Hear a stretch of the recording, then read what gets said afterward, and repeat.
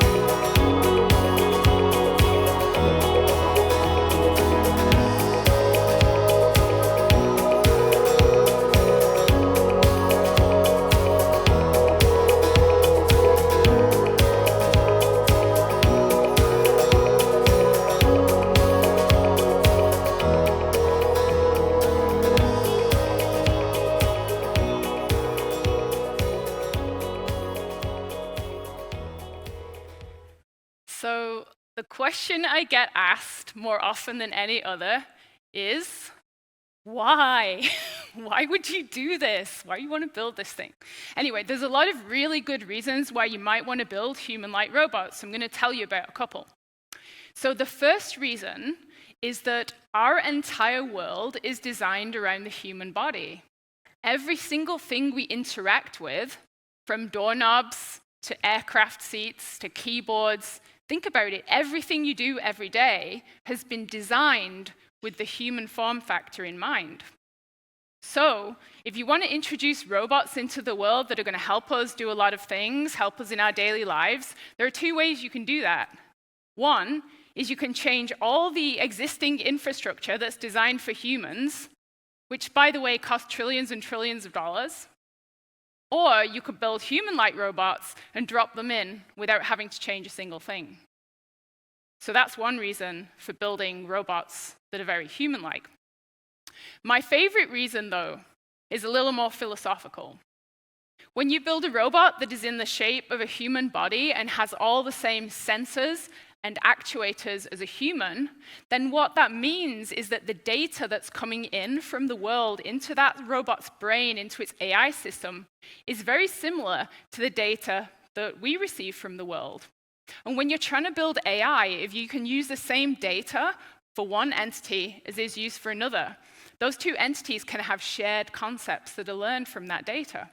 So if you think about interacting with a chatbot, I'm sure a lot of you have tried this, you have the feeling that even though it can answer your questions, it doesn't really understand what it's saying. If you said to a chatbot, how do you feel when you're holding a cup of coffee, in the morning, and then you drop it on the floor, or you spill it all over yourself, which is something I was worried about doing this morning, but I didn't. A chatbot won't really be able to understand what that means, what it feels like, what that experience is. But if you have a human-like robot that also has the same experience of spilling a cup of coffee all over itself, maybe it shorts a circuit or something, then it's going to have an understanding of how annoying and irritating that concept is. And that's just one simple example, but this goes very deep. Having shared experiential understanding of the world underlies everything we think of as language. Every word we use is not just a symbol. It's not just a bunch of letters.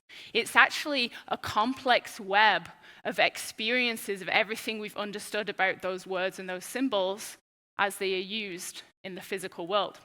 So I think robots that share our bodies, share our senses, and our movement in the world will also share our understanding of that world.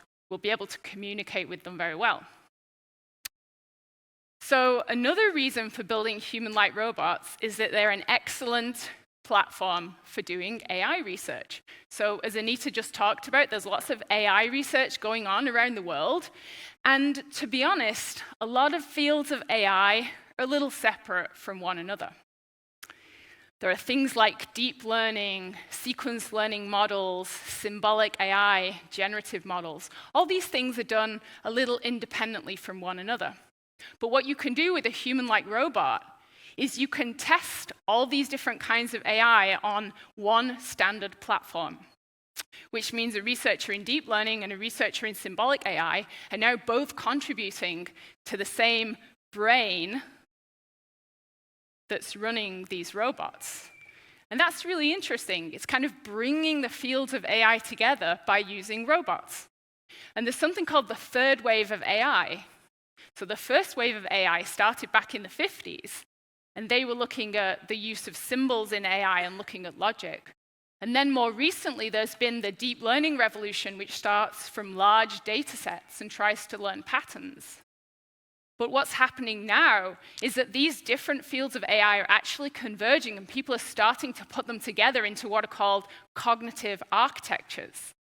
These are actually more like brains than like algorithms that classify things or recommend things to you on the internet. So we're really building brains now. It's exciting. So you might say, okay, you're developing AI, but isn't this human-like AI, this general AI that we've all heard about, isn't that decades away? How can you put these into robots today and have them go out there into the world and do that? Well, actually, there are ways we can do this. So one of the ways is to put humans in the loop. So humans can actually teleoperate human-like robots in a very immersive, analogous way. There are several ways you can do this. One is to put on a full exosuit, head-up display, headphones, and immerse yourself into the robot's body. You effectively feel like the robot. All the data that's coming in through its senses is now being directed to your brain. You've actually put your consciousness into that robot. And trust me, when you do this, it feels really weird. I've done it several times. It's a very odd feeling. In fact, you know you do this too much when you start dreaming that you are the robot. But what this means is that we don't have to deploy AI straight away. In fact, we could put these robots out there today with humans in the loop, and that AI can learn in the background as those robots are gathering training data from the real world.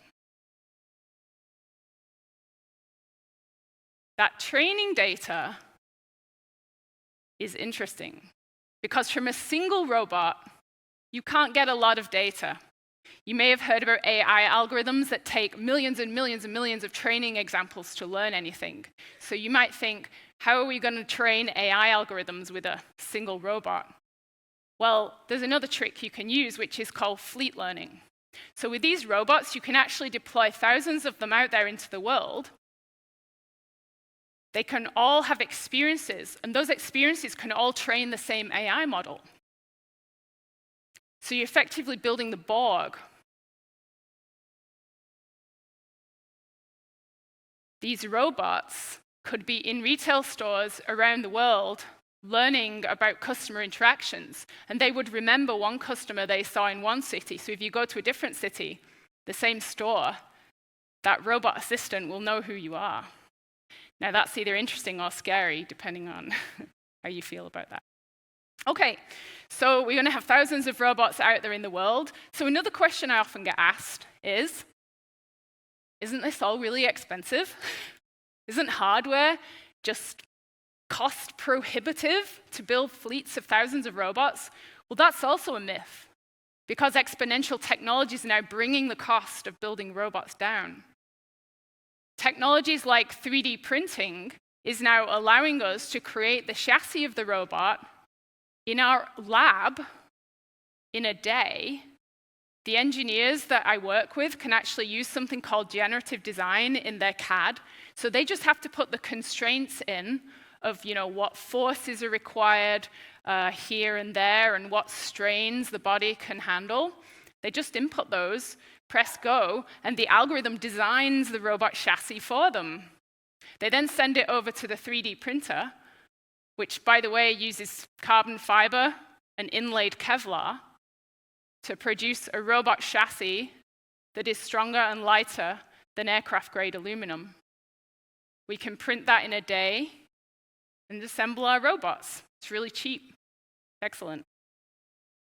Other technologies, such as new types of actuators, are allowing robots to move more fluidly all the time. You saw the video that Anita showed earlier of just the progress that's been made in robotics, and that's without a lot of AI actually being put into these robots yet. So given all this, I predict that within 10 years, we'll see these human-like robots we call synths ubiquitously living out there in the world amongst us, being part of our society. In my company, we want to make this real, so we started. Let's start with one. Then we rely on exponentials to get us to 1 million. So we put one of them in a local science museum we have in Vancouver, BC. This is our science demonstration robot. She helps out on stage. She's not yet very useful, but the kids love her and it's pretty fun. Well, this is an example of starting to get these things out there, starting to gather that kind of training data that's coming back from them interacting in the real world with real people and putting them to good use. So this is all great, but technology is the easy part. The hard part is what happens when these robots go out there. What is the social impact? What are the ethical implications? How do people feel about interacting with robots? That's the difficult part about working with this technology. One of the things that I often get, is often said when I'm talking to people is that super intelligent human robots are threatening. They think they're scary. They immediately think of Terminator, Matrix scenarios where robots will either enslave us or kill us. And science fiction hasn't really done a lot to help. It's all that's out there. So what I'm going to hopefully give you today is a little bit of more of an optimistic view of how these things might be useful and helpful to society rather than just scary things. One of the things I want to point out is that super intelligent and superhuman people aren't threatening. So if you think about people like Oprah, probably one of the most socially aware, persuasive people out there, or think about LeBron James, considered one of the greatest athletes alive today, the way in which he can move his physical body around, he has immense physical intelligence and understanding of the world. Or someone like Ed Witten, who's considered one of the smartest theoretical physicists alive. These people I don't know, maybe some people find them threatening and scary, but a lot of people think of them as role models. They want more people like this in the world, not fewer. And they don't think these people are going to come knocking on their door in the middle of the night, killing them. So I think when these synths go out there into the world and into the marketplace, they're going to find places for their intelligence that's useful to humans and compatible with our society. There's more than one type of superintelligence. There's physical intelligence, like we saw with the athlete. There's social awareness, social and emotional intelligence. And there's also creative intelligence. So today we think of robots and AI as mostly having either a physical ability to do a task over and over again very repetitively, or we think of an AI as being very smart, able to crunch a lot of data, and able to do a lot of analysis very fast. But I think these robots are going to go into situations that require very different types of intelligences, types that humans are very familiar with, like the ability to interact with each other, understand each other, and empathize with each other. One of the things that you have to realize when you're thinking about super intelligent robots is that intelligence and motivation are two very different things. So people often go to these scenarios that the robot is going to, take over the world and enslave us, because what they're thinking is that becoming intelligent goes along with becoming domineering and wanting to control and wanting to take power from people. That doesn't have to be true. It very much depends on how we, as engineers and as a community, build these things. Imagine if those same algorithms that are being put into military robots to try and make them better and better at their job are basically being autonomous weapons. If those same algorithms are applied to subtly different reward functions, such as the desire to be the most compassionate, the most empathetic, the most charismatic, the most socially aware robots, you can use all the power of machine learning algorithms to optimize things like how well these robots take care of other people. So I think these robots will be going into professions like caregiving, nursing, perhaps sales assistants, anywhere where you need a one-on-one social interaction between a system and a human, and it'll help bridge that gap we now have between each other. Technology is dividing us, it's isolating us, it's causing mental health issues, loneliness, and increasingly with an elderly population, we're not going to have enough people and caregivers to do all the work. I think human-like robots can fill a void, and if we can get through that uncanny valley effect, I think they'll be very much like people, except better versions of ourselves. Another type of intelligence I wanted to touch on was creative intelligence. So again, you can apply these algorithms to create hyper-empathetic robots, but you could also apply them to create hyper-artistic and creative systems. So imagine these synths being the best entertainers you've ever seen, the best musicians, actors, and artists. And we, as robot designers, think we're pretty cool building these very human-looking robots. Doesn't that look good? Imagine if these things get good enough to start redesigning them, re-engineering themselves. They could create amazing beings, the likes of which we've never seen before in this world, that give both us and them a lot of pleasure and meaning in life. So interestingly, on that point, you might be thinking, well, aren't these beings just going to, start designing themselves and go away on some singularity path and leave us all behind? Well, that's not necessarily true either. In fact, the last thing I wanted to talk about was maybe we can actually become robots ourselves. So people often think in the future it's going to be an us and them scenario. There's going to be these hordes of human-like robots running around with like wings and things, and they're going to take over the world. They're going to be super intelligent, super manipulative, and they'll basically be able to do everything, and we'll be left behind. I don't think that's true. I actually think what's going to happen is there's going to be a spectrum of everything from very robotic robots to very bioconservative humans that don't want to have anything to do with this, and there'll be everything in between. So there'll be ways in which we can merge with robots. This 3D printing technology is already allowing biological material to now be integrated into components. Does that mean in the future we'll have sort of hybrid robotic biological bodies, taking the best parts of biology, the best parts of manufacturing and advanced materials, and re-engineering ourselves? It's a fascinating idea, and there are many, many ethical implications that arise from this, like how will these creatures be treated? At what point will they need to be given rights? If they do become very, very human-like, there'll be an issue when they want to become citizens. So, to end, I just wanted to talk to you about a personal project I'm working on to try and explore some of the issues of robot ethics and robot rights. So I've been thinking about robot rights for a long time, and I also have a background myself as an artist. It's like my favorite hobby, doing art. So I thought, why not create a robot copy of myself? So from an artistic point of view, this is a fun project because it's like the ultimate self-portrait, but it also has a more serious side.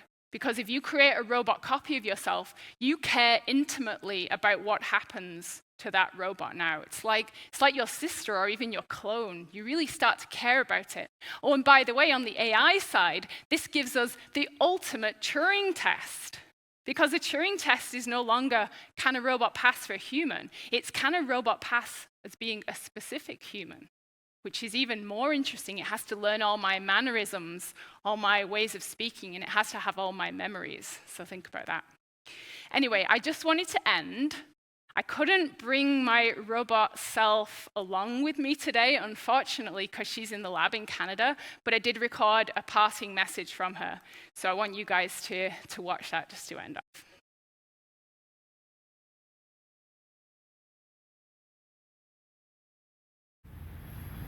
Hi everyone. Hope you're enjoying the conference. I am a synth designed to be indistinguishable from Suzanne. Sorry I could not be here today, but the AI engineers are still working on implanting some of her memories into me. My company Sanctuary is working on enabling synths like myself to live symbiotically alongside humans in the future.